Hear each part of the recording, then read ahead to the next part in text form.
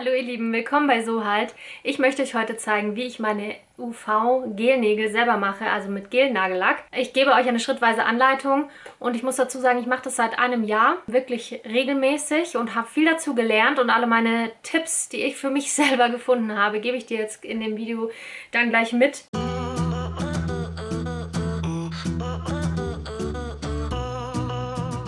Ich werde dir im Laufe meines Auftragens des Nagellacks an der Stelle, wo mir ein Tipp einfällt, ihn dir sofort geben. Vorweg möchte ich sagen, hier bewahre ich alle meine Sachen auf, die ich dafür brauche.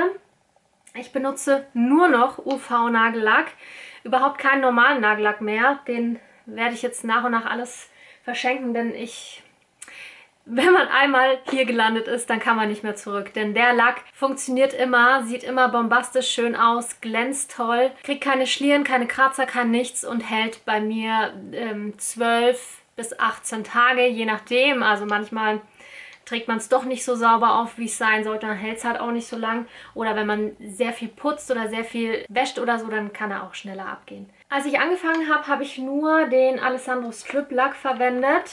Diesen hier zum Beispiel.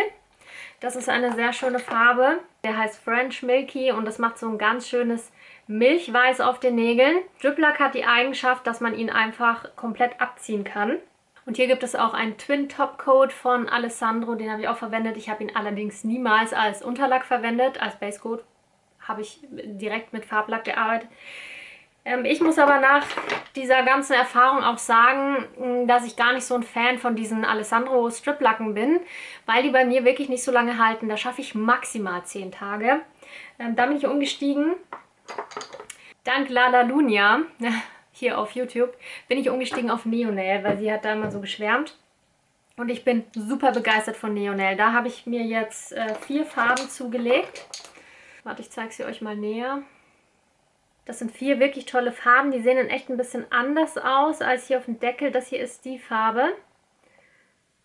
Ja, kommt schon sehr ähnlich raus. Der hier ist mehr rosa, als es jetzt da auf dem Deckel aussieht. Neonail ist ja kein Strip-Lack, also das heißt, es ist eigentlich kein UV-Lack, der sich in einem abziehen lässt, aber es funktioniert bei mir trotzdem so. Also nach einer gewissen Zeit merke ich es dann, manchmal wird er vorne zuerst locker, manchmal hinten zuerst und dann kann ich ihn auch in einem abziehen. Aber man kann das Ganze auch mit so Hütchen machen und mit Aceton-Nagellack. Das kann ich dir gerne mal in einem extra Video zeigen, wie ich das mache.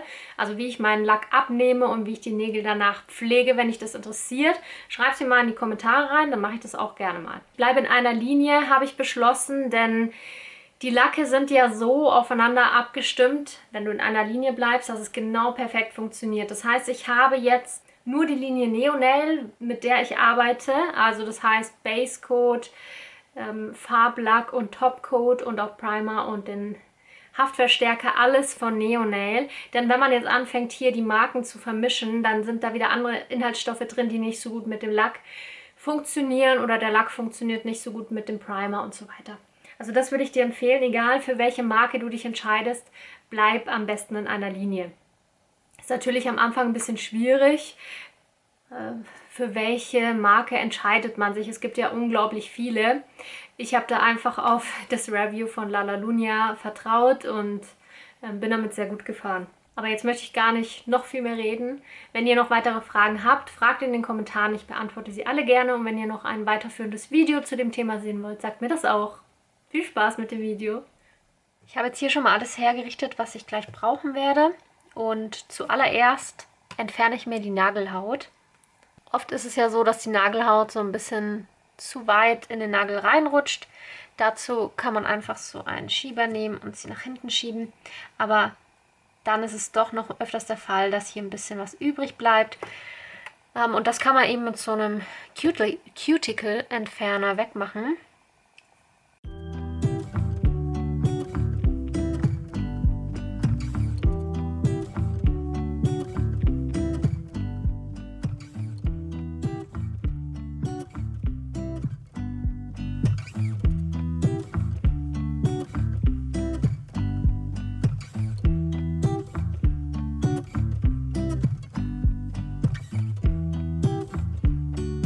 Das Ganze muss 1 Minute einwirken und dann melde ich mich gleich wieder. Nach dieser Einwirkzeit kann man das Ganze, das Überschüssige dann runternehmen. Einfach mit einem Küchentuch zum Beispiel. Und dann muss man sich die Hände einmal mit Seife und Wasser abwaschen. Und das mache ich jetzt mal, dann komme ich gleich wieder. Jetzt finde ich, sieht es schon viel, viel besser aus. Was ich jetzt aber noch mache, ist die Haut hinterschieben und das Überschüssige, was noch an Haut auf dem Nagel sitzt, mache ich mit so einem Schaber einfach runter.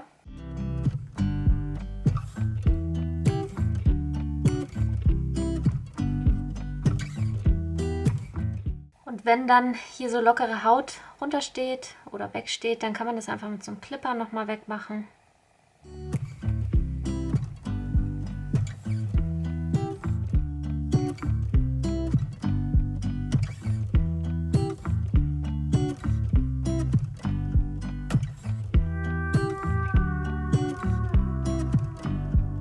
Dann werde ich meine Nägel in Form feilen.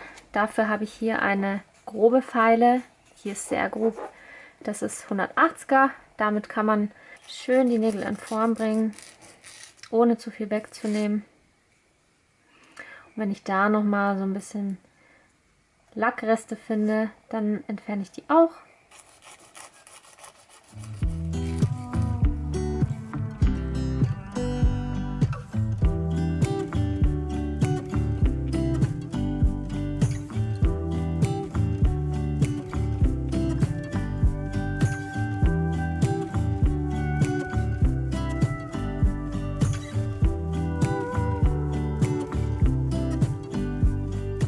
Den Fallstaub entferne ich jetzt mit so einer Naturbürste. Denn wenn Staub zurückbleibt, auch wenn der oben in der Nagelhaut hängt zum Beispiel, dann kann das Gel nicht so perfekt halten. Also das muss alles weg. Die Bürste ist übrigens trocken, also nicht nass machen, weil sonst klebt man ja den Staub noch besser rein. Wir wollen ihn ja wegkriegen. Die Unterlage schüttle ich auch einmal aus. Jetzt bereite ich den Untergrund meiner Nägel vor. Ich werde die nicht anschleifen. Also ich habe das nur da gemacht, wo noch Gelreste übrig waren. Ansonsten mache ich das nicht. Aber ich bearbeite sie oder ich bereite sie vor. Erstmal mit einem Nail Prep. Das ist eine Flüssigkeit, die den Nagel entfettet und dabei hilft, dass er nicht so schnell nachfettet. Und dann kommt ein Primer. Das hier ist ein Vitaminsprimer. Der hat verschiedene Vitamine drin, dass einfach der Nagel noch geschützt wird. Und der bewirkt auf jeden Fall dann, dass der UV-Lack besser hält. Und der bewirkt, dass der Nagel nicht so schnell nachfettet, was eben immer ein bisschen Grund dafür sein kann, wenn sich das Gel zu schnell ablupft. Dann werde ich jetzt zuerst meine Nägel entfetten und zwar mit einem Alkoholtupferpad. Gibt es in der Apotheke oder aber auch bei Amazon. Und damit rubbel ich mir einmal schön gründlich alle Nägel ab. Damit nehme ich eben die Talgschicht und Fettschicht runter. Und wenn du jetzt denkst, ich habe doch jetzt Hände gewaschen, ja, aber auch Nägel fetten nach, so wie Haut. Und immer wenn du drauf langst nochmal, was vielleicht auch unterbewusst passiert, bringt man immer noch mal ein bisschen Fett drauf und das kann eben sein, dass dann der UV-Lack nicht so gut hält. Jetzt kommt der Haftvermittler.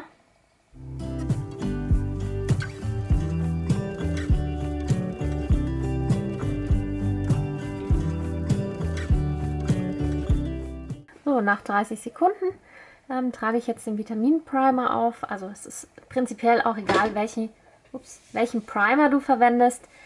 Ich habe mich für den entschieden, dass der Nagel eben noch ein bisschen gepflegt wird dabei. Das ist auch eine dünne, durchsichtige Flüssigkeit.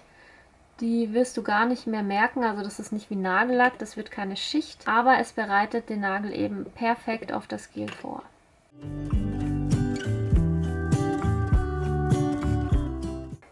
Dann arbeite ich zuerst mit einer UV Nagellack Base. Und zwar habe ich jetzt die Hard Base hier von Neonail.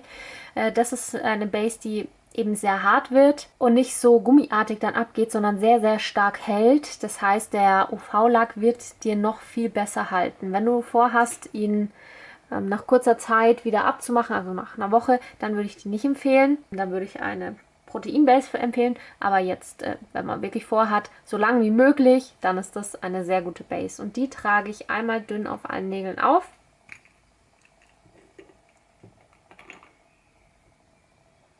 Die ist sehr dickflüssig.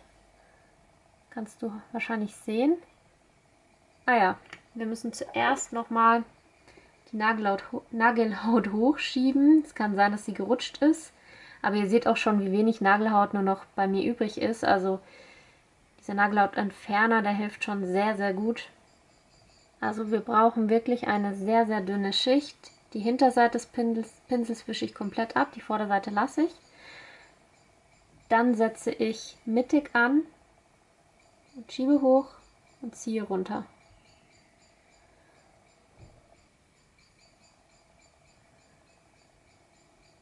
Ich streiche mir einmal oben, also vorne über die Spitze des Nagels, dass die auch versiegelt ist.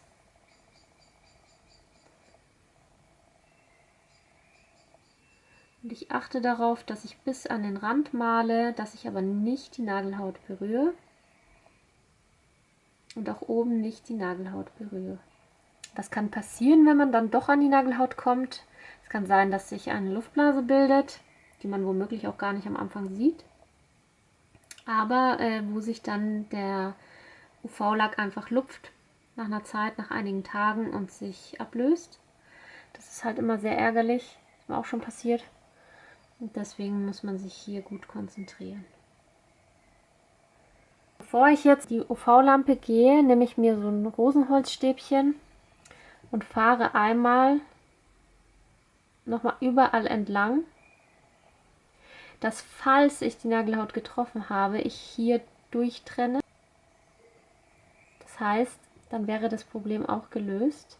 Und jetzt gebe ich das Ganze, ja, 45 bis 60 Sekunden kannst du machen, in die Lampe.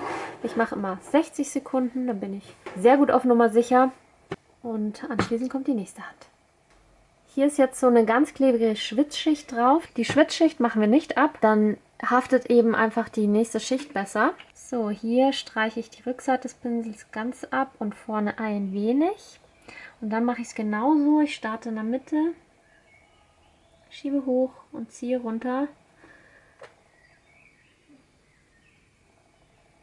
Und ich male bis zum Rand, so nah wie möglich. Sehr schöne Pigmentierung, wobei ich da definitiv noch eine zweite Schicht setzen werde. Aber das ist nicht schlimm. 2 dünne Schichten machen überhaupt nichts. Also die wird man nicht sehen, dass sie sehr stark aufgetragen sind, das meine ich damit. Vorteil zum Nagellack ist halt auch, ich kann es korrigieren, solange es noch nicht in der Lampe war. So, dann 16 Minuten rein. Den Lack immer wegstellen vom Gerät. Sonst kann es passieren, dass der auch ein bisschen dickflüssiger dann wird. Das wollen wir nicht. Oder dass er ein bisschen aushärtet. Bei meiner Lampe kann ich hier direkt einstellen, wie lange sie laufen soll. Ich will immer 60 Sekunden. So, und auch jetzt die Schwitzschicht nicht abnehmen, sondern direkt drüber lackieren.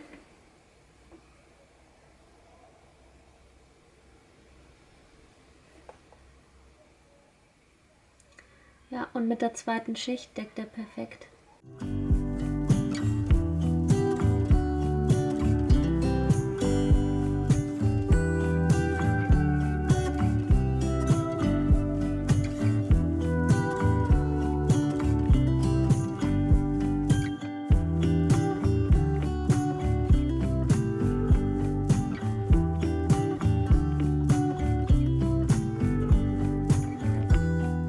Farblack ist fertig. Jetzt kommt der Topcoat und da habe ich den Top Shine Bright. Diesen Topcoat liebe ich. Den habe ich auch schon über Alessandro Strip-Lack, UV-Lack verwendet. Auch da macht er sich super und er glänzt halt so schön. Und ich finde, er hat ein viel, viel schöneres Finish als der von Alessandro.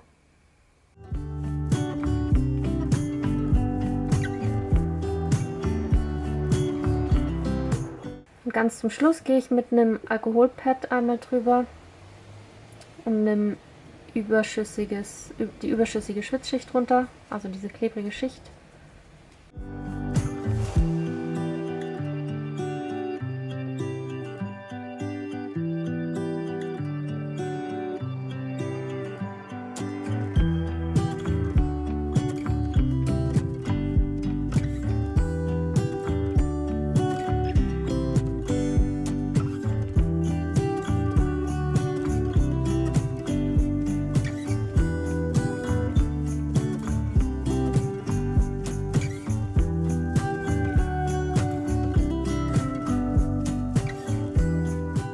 Und das sind jetzt meine fertig lackierten Nägel. Sie glänzen bombastisch und ich muss jetzt auch gestehen, dass ich sie vor 3 Tagen lackiert habe und dieses Video jetzt erst geschafft habe abzudrehen. Aber ihr seht, wie geil der Glanz noch drauf ist und wie super sie noch aussehen. Sie sind auch noch gar nicht so weit rausgewachsen, obwohl meine Nägel in letzter Zeit wirklich schnell wachsen. Mit UV-Lack brechen sie halt bei mir auch nicht. Deswegen halten sie so lange und wachsen so schnell. Ja, also es ist ein super tolles Ergebnis und ich möchte nie wieder zu normalen Nagellack zurückkehren. Ich werde nur noch UV-Nagellack verwenden. Ich mache das seit ungefähr einem Jahr, habe ich schon gesagt. Und wenn ihr noch weitere Fragen habt an mich, dann schreibt es mir in die Kommentare. Ich beantworte die alle gerne. Wenn ihr euch ein weiteres Video zu dem Thema wünscht, sagt mir das auch. Ich freue mich sehr, wenn du mich abonnierst und wenn du mir einen Daumen nach oben da lässt für dieses Video. Und dann bis zum nächsten Mal. Tschüss!